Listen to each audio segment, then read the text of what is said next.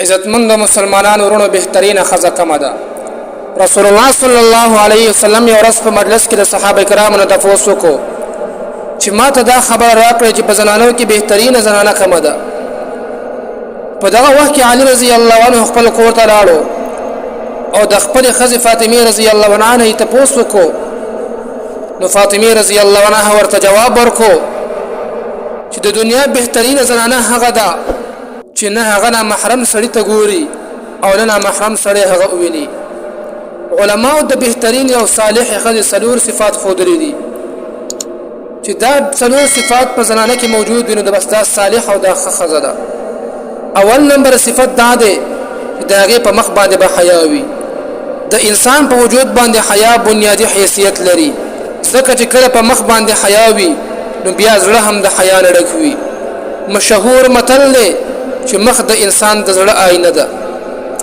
او دویم نمبر صفت بداوي چې هغه به بد زبان نه وي، یعنی جبه نه به همیشه خیسته الفاظ روزي، دا سنه چې همیشه خاوند ته څنګه سپوري وایي یا بچو ته کنځلي کوي او خیره ورته کوي.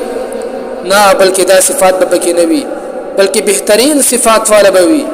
خ الفاظ به همیشه د خپل خلین را وباسي. او دریم نمبر صفت بداوي دا هغه په ځړ کې بنای کیوي. کچیرته زنانه نیک سیرت وي نو هغه بیا د دنیا بهترین متاع دی. لکه رسول الله مبارک فرمایي الدنيا متاع وخير متاعها المرأة الصالحة. دنیا یو متاع یعنی د فائدې سیز دی او د ټول نه قیمتي متاع نیک او صالحه خزه ده.